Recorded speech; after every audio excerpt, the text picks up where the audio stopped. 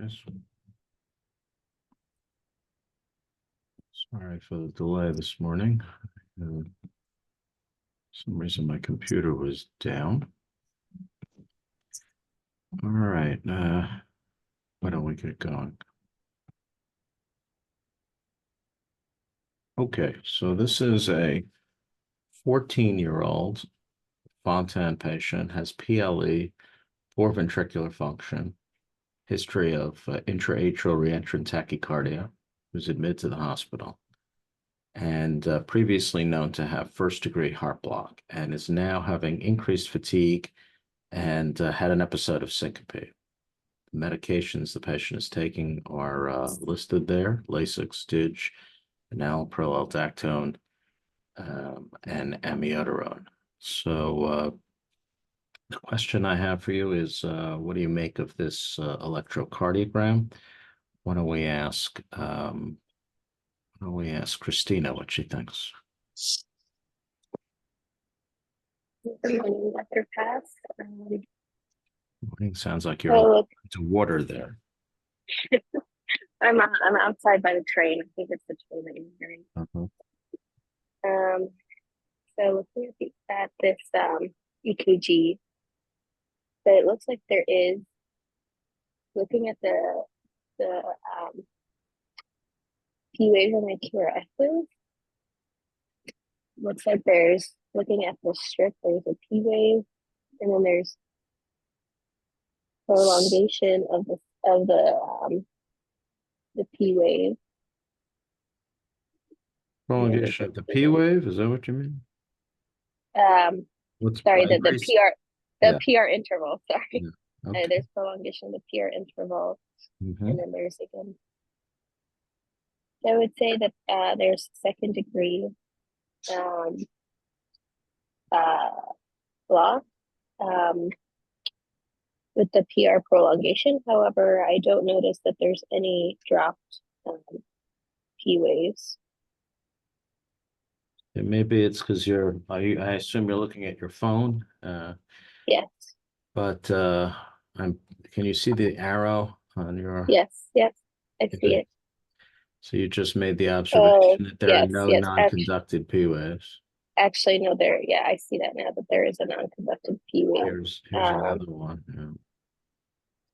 Yeah. But it looks like it's progressively prolonging, and then the complex is dropped, so it's wanky box. Right.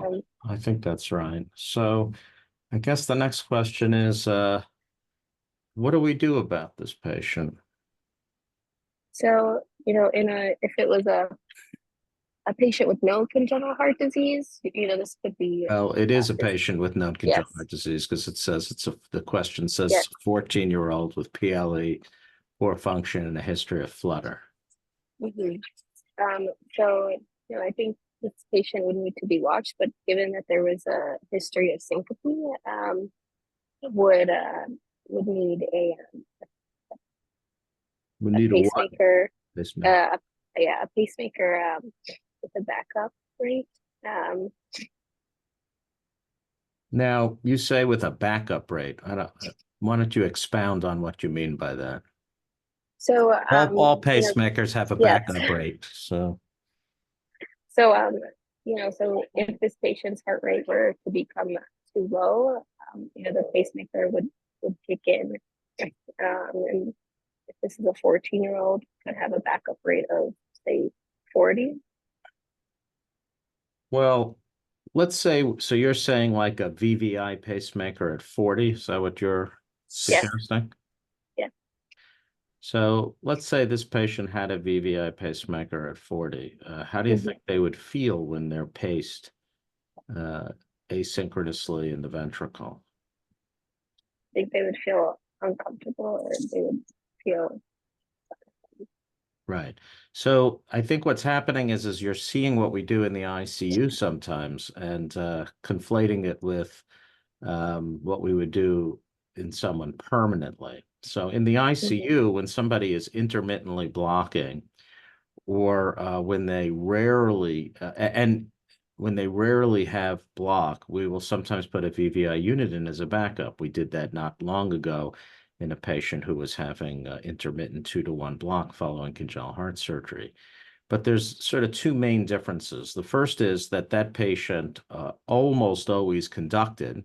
It's just rare episodes. Mhm. And two, small babies tolerate AV to synchrony pretty well. They don't really complain about it. Maybe it's because they can't. But as a general rule, when you just asynchronously pace the V in small children, particularly infants, it's generally very, very well tolerated. If you do the same thing, though, to someone who is used to having AV synchrony, like a 14-year-old who can talk and tell you how they feel, they generally dislike it very much. In fact, there's a term for when you asynchronously pace the V, and that's called pacemaker syndrome. And typically, patients will feel very uncomfortable. They get Canon A waves because if the ventricle is pacing asynchronously from the V, you can have a contraction of the atrium on a closed AV valve, which causes swelling and in the neck and pounding. That's a very uncomfortable feeling. So generally speaking, interestingly enough, the patients who do not have complete heart block but have second degree block usually are the ones who need dual chamber systems more because you want to try to have the pacemaker work in a manner that allows for AV synchrony intermittently as needed. Just the other day, I put a dual chamber defibrillator in somebody who every once in a blue moon starts having sinus node dysfunction, but also some AV block. So the reason that I chose to put in a dual chamber was because I felt that in those instances, the pacemaker would maintain AV synchrony by having two leads rather than one. So, okay, so we've decided that this patient needs probably a dual chamber pacemaker. By the way, you see how the beats are grouped? So you have sort of two together, then a little bit of a pause, and then here's two together. That's also very typical of people who are weckypocking. So how are you going to do this? Are you going to call me or Dr. Love to place a transvenous system in this patient? Or are you going to call Dr. Murthy or Dr. Pastushko to put in an epicardial system? And why?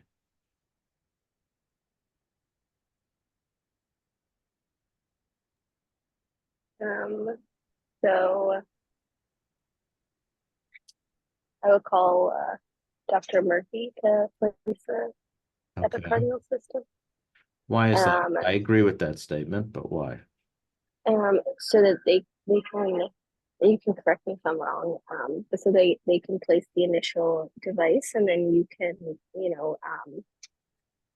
exchange it out in the cath lab as a battery device. Well, why do they have to put the original device? I mean, I just put an original device in on Friday. Mhm. So why in this case do we need the surgeon to put in the original device? What is the surgeon doing in terms of placing the leads or the pacemaker that is different than what a mere electrophysiologist would do? Is it because that the patient is a Fontan, so it's in terms of initial placement, need the surgeon to I agree that a place initially. Fontan patient should have a surgeon do it, but why? What can a surgeon do that I can't do and that I should not do? I could put a transvenous atrial lead in this patient, right? Mhm. Um, as long as it's not an extra cardiac Fontan. But what kind of leads does a surgeon put in versus me? They can go through the epicardium versus in the Right. cath They can lab. Yeah. place epicardial leads. So Fontan patients, almost always, we would prefer an epicardial system. Why would we want an epicardial system? There's sort of two main reasons. I think that one, so you can adequately capture. Um, Can I capture with transvenous leads? yes, you can. Okay, so that's not a good enough reason. In fact, on average, transvenous leads have lower thresholds and are more durable. and yet we still want epicardial in these patients. Why is that?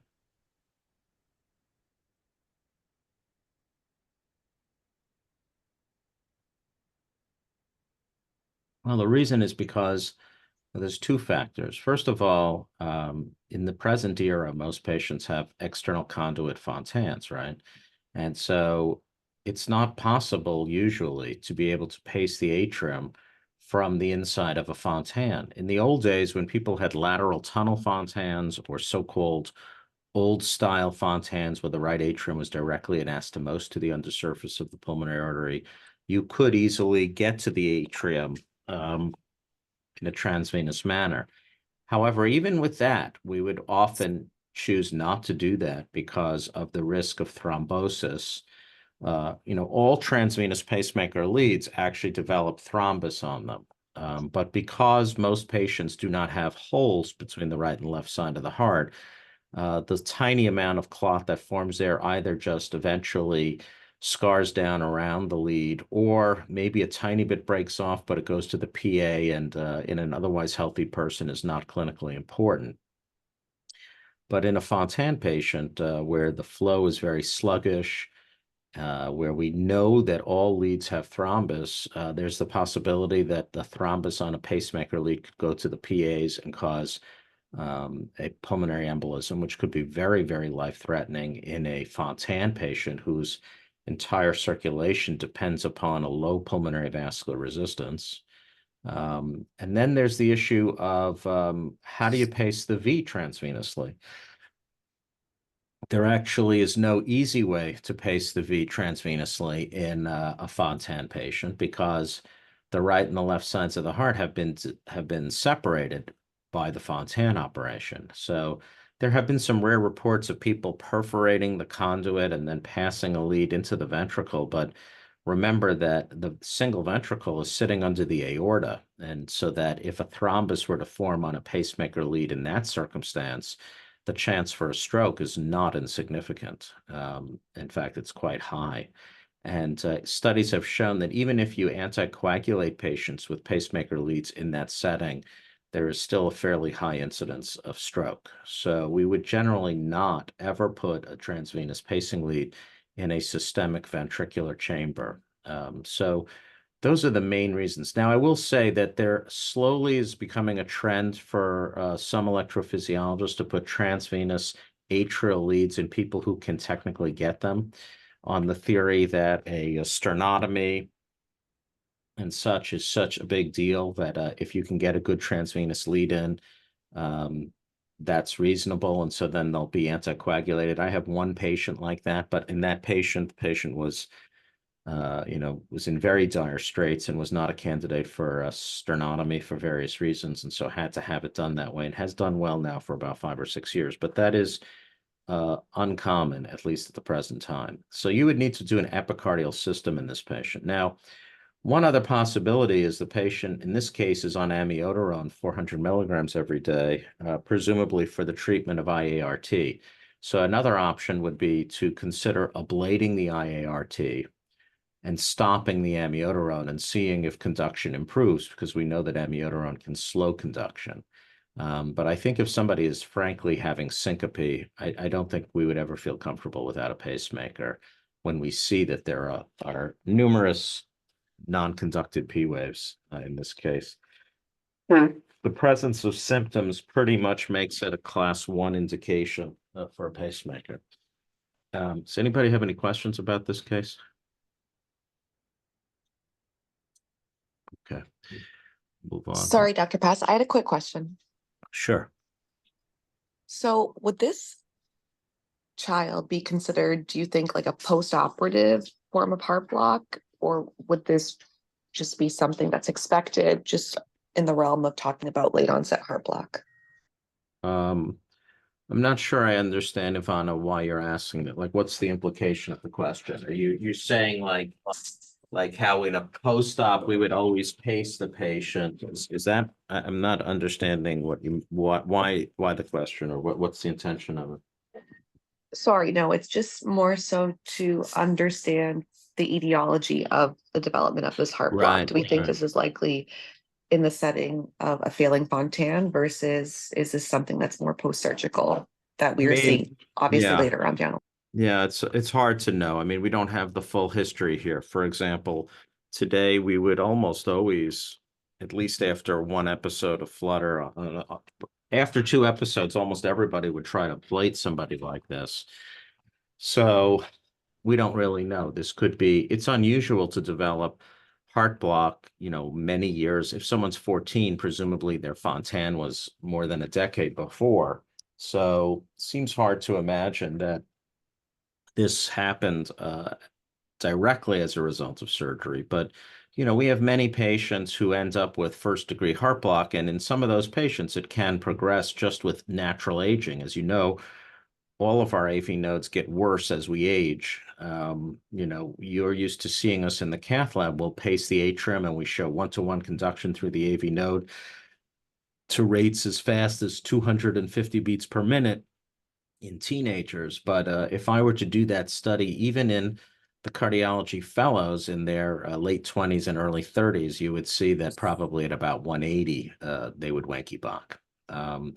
So if you start off your life with first-degree heart block, there's always that chance that it may progress. And that's one of the reasons why we follow patients with that indefinitely, even people who don't have congenital heart disease.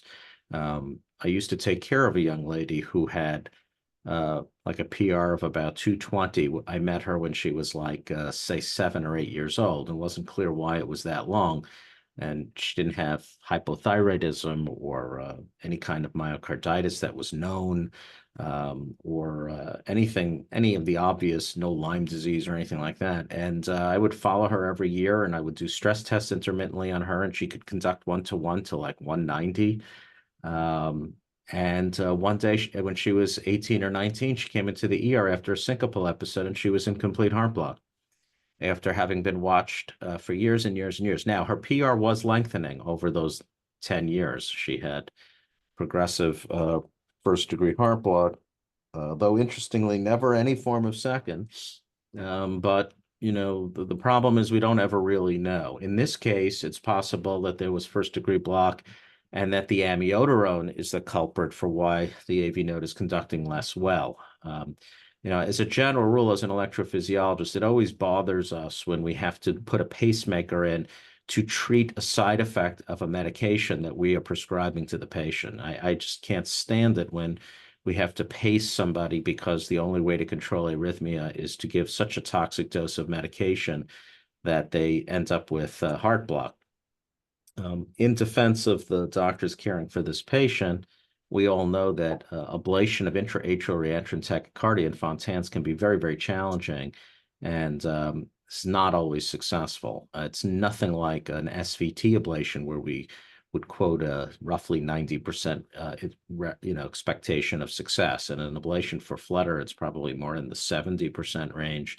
Might even be lower. And even if one is successful, it's not uncommon that other flutter circuits will develop. We don't see as much of it these days because there's more extracardiac Fontans, and those patients do seem to be associated with lower incidences of it.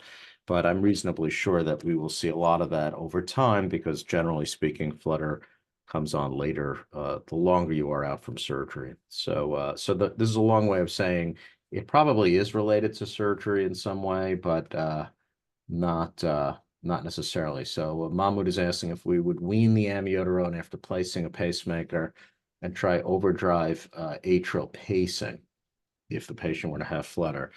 It's not an unreasonable idea.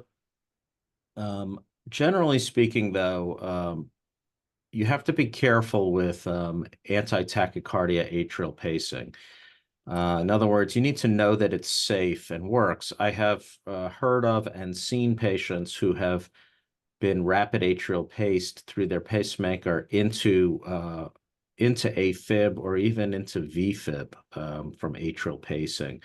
So although anti-tachycardia pacing is a great idea, and there are some patients who are very, very well controlled with occasional anti-tachycardia atrial pacing, generally speaking, I would feel more comfortable doing that if I had a patient had a defibrillator, to be honest, because there are rare cases where people get where atrial rapid pacing can trigger ventricular arrhythmias. Now, that's unusual and uncommon, but it has been described enough times that I probably would be concerned about that. But certainly, if one had a pacemaker, you can always try to come off of the amio and try that. But I would be a little cautious about that. But there are a lot of electrophysiologists who might give that a try. Any other questions about this case? Okay. Give me the next case. So this is a newborn who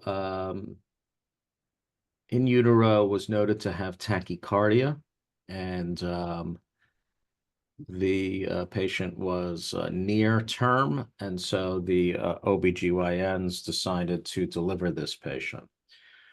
So the question is, what is this arrhythmia that we're looking at here? And what should we do about it? So why don't we ask Dr. Kalis what she thinks?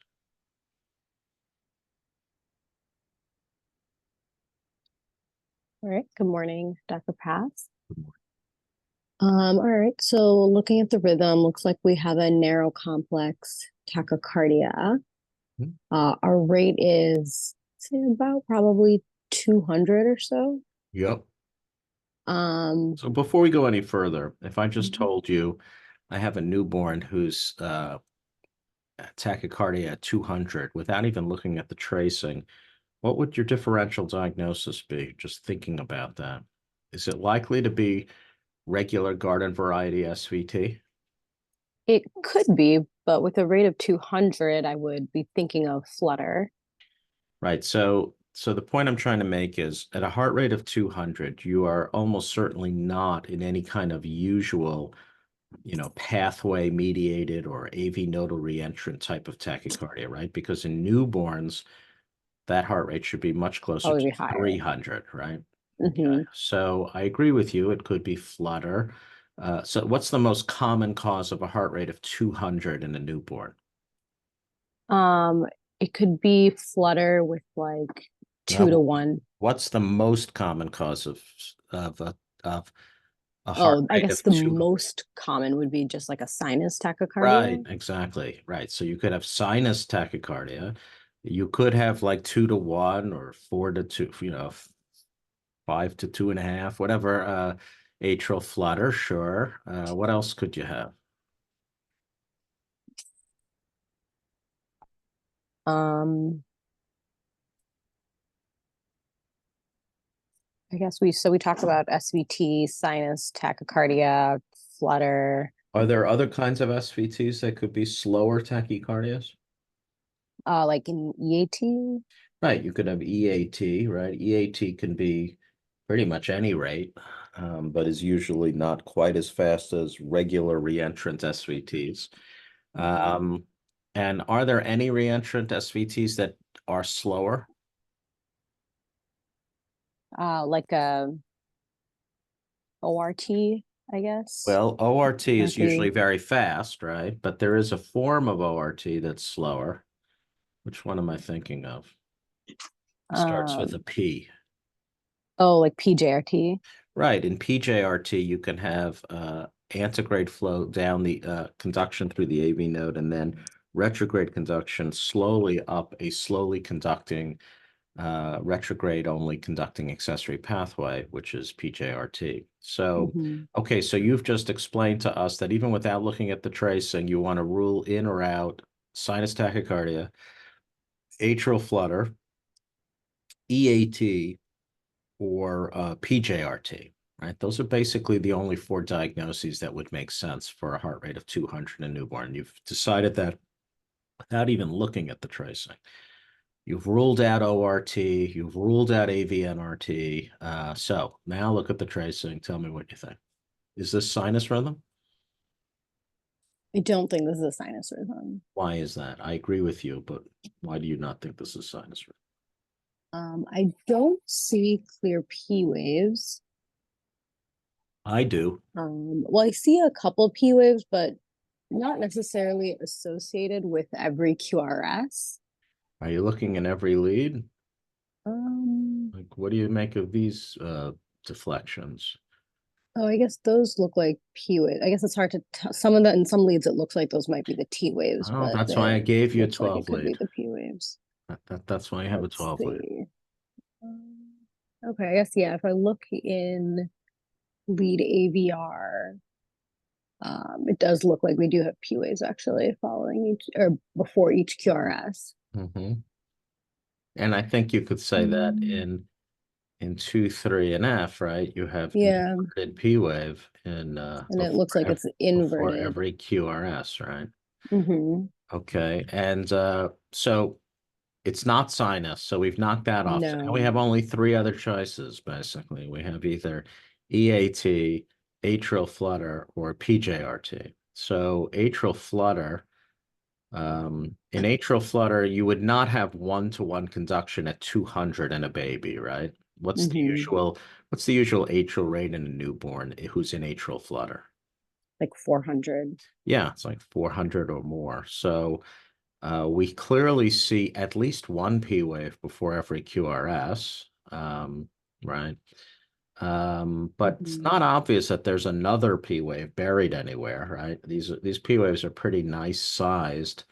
We're not seeing Mm-hmm. anything in between in any of the leads. So this is a one-to-one arrhythmia of some sort. So that pretty much rules out atrial flutter, right? Because Mm-hmm. flutter, we would expect the atrial rate to be much, much, much faster than this. So we can knock off flutter. So now basically we're left with either EAT or PJRT as a diagnosis.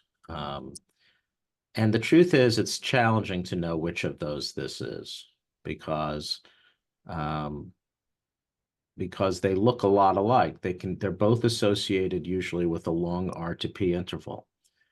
Now, the one thing that kind of goes against EAT is that the PR interval isn't very long. However, if this is EAT, because the P waves are inverted in the inferior leads, it means it's coming from low in the right atrium, which means that the time it takes to go from the focus to the Mm-hmm. AV node should be short because it's physically very close to the AV node. So one would have to look at this over time to see how it reacts. Does it suddenly stop and start? Are there ever instances where there are more than one P wave for a QRS with non-conducted P waves? So it's probably EAT. It could be PJRT. Hard to know. So now you're in the newborn nursery, and the neonatologist would like a recommendation regarding how you'd like to treat this, Maya. So what would you recommend? Um, so I guess if we're thinking this is EAT, in the neonatal period, I guess an initial treatment we could try is a beta blocker, like try propranolol. Yep, you could do that. You could try a beta blocker. What else could you try? Let's say that you started the beta blocker, it's slowed, but you're still in it. What would you then do? Well, of course, if the baby was at any time hemodynamically unstable, actually, I guess an EAT cardioversion or anything doesn't really work, so you don't have any great options there. Yeah. So if you're on a beta blocker, it's not work, you can try, like you can do like amio even. Yeah, you can give the patient amiodarone. I mean, there are many ways you could treat this. You could use amiodarone, you could use flecainide, you could use sotalol. You could go up on the beta blocker dose. Is there any other testing you would want to do on this patient? So you're shown the ECG. Let's say Felix is the neonatology fellow and he shows you this. And you've made the diagnosis. You think this is EAT. Is there any other cardiovascular testing that you would recommend in the evaluation and management of this individual? It could probably be a good idea to get an echo. Okay, spoken just like a to see. true non-invasive imaging fellow applicant. And why would you get an echo? I agree with that statement. If the baby has been in this rhythm for, a long time, we don't know what it's been like. So it would be good to check the function of the heart. Right, because generally, if you're in this type of arrhythmia for more than 24 hours, there's a chance that you'll have ventricular dysfunction. So you would want to do that.